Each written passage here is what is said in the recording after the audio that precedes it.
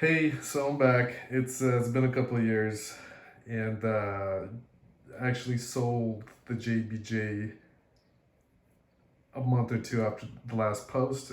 It's still doing great. The new owners loaded up with corals. The fish got big. Tank is thriving. But so this is my new tank. It's been up and running for over a year. Fucking love it. Super easy maintenance. It's a 4 gallon, so smaller than the JBJ, but look wise, it's really crisp. It's the low iron glass, as you could tell. Super fond of the light. It's low profile and it's growing the corals great. So we're now, I went through different stocking options. For now, it's all I have is the RAS, and there's a neon goby somewhere. He typically hides under the GSP coral.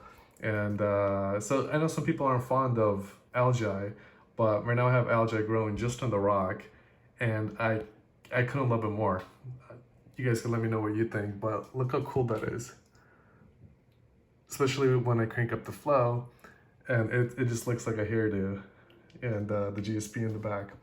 But so if you guys are interested or thinking of doing a nano build yourself, here's why I think this is the ultimate build nano-wise. So this complete setup could be yours too for $300.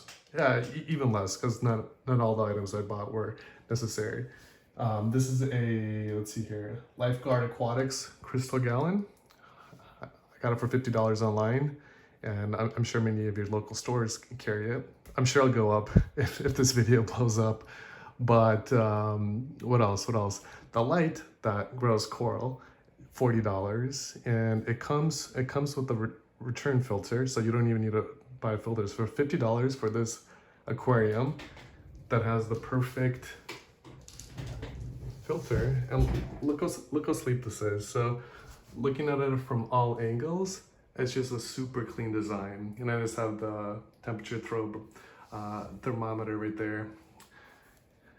So that's the return filter that the tank comes with, and all I did was add the preset heater and the temperature throb. And those are all the things that this tank requires to run. And so there's a huge, I don't want to say misconception, but oftentimes, yes, it's easier to survive in the reef tank community if you have a bigger tank. But the untold story is the bigger the tank you have, the more you need to spend on all the equipment. You need a bigger return pump, which is expensive, right? For a decent quality one, you're probably going to whip up in excess of $200-300, right? Which is the cost of this entire setup.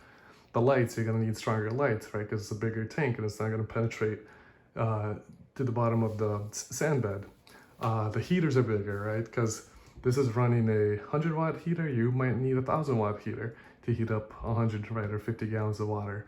So if you're a beginner and you don't want to spend, you know, thousands of dollars or a lot of time doing maintenance and setting everything up, I'll link all of this stuff in the description, and you could just have this bad boy for yourself. But so it's been going back, it's been running for a year. No crashes or anything. I went through different life stocks. So initially I had 2 engineer gobies and multiple crabs. But in all honesty, if you're gonna have corals in your tank, avoid the crabs. Even though they're cleaner crabs, they poop everywhere. And I feel like they add more waste than they do clean up.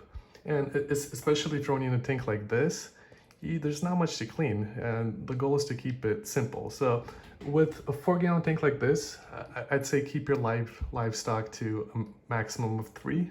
And again, that's not 3 monster fish. That's like 3 smaller fish, 2 clowns and, you know, another small fish. Right now, I'm super happy with just keeping a wrasse and a neon goby. Neon goby's real cool. Maybe you guys will see him if he comes out. But so let's see if I could zoom in here. Got a Shandis. So we got 2 Xenia pom-poms. I don't have the special blue light filter, so you guys can't really see if it's popping or not. maybe that's better right there. I have green star polyp, which you can see it's growing over there. And I have another green star polyp right there sitting on the rock. And that guy right there, I call him Richard Ramirez because he kills everything that I put in this tank. He ate a shrimp that I had in here. When the shrimp was molting, he attacked it when it was vulnerable. And he would always go after the crabs when I had him. So I got rid of the crabs. Okay, so let's see, I'm beginning to ramble and I'm only doing one tank, so I'm trying to see if I'm missing anything. If you guys want me to do, okay, let me go back.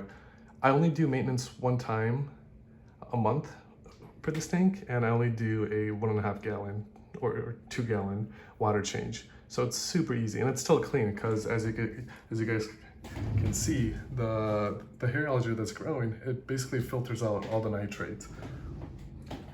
So I could probably even go longer without doing water changes. All I do on a daily basis is add a little bit of distilled water to the bag to top it off. But other than that, it looks so clean. And picture yourself having one of these on your work desk. Like if you need a desk therapist, this is all you need. Probably costs cheaper than one therapy session. Oh, and then the last thing I did, I almost forgot, is I built a canopy for it out of acrylic. So if it's kind of crooked. There we go. So that way, when you're seeing from a distance, there's no night lead.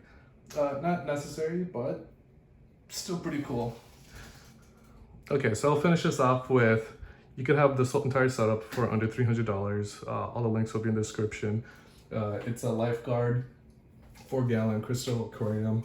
You could buy pretty much everything you need in terms of accessories. I stick to I like the preset heaters from Petco. They're like 15, 14 bucks I got on sale, and the light too, it was under 40 bucks. So if you got a Petco near you, in terms of sleeper design and look, yeah, the equipment is huge bang for the buck.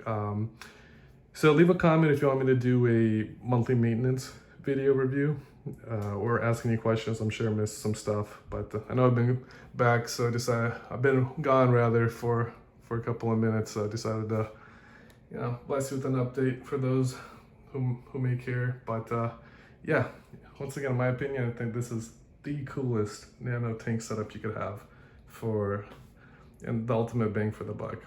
So enjoy it, ask away. I'll try to answer to any questions you guys may have. Just leave them in the comment. All right, cheers.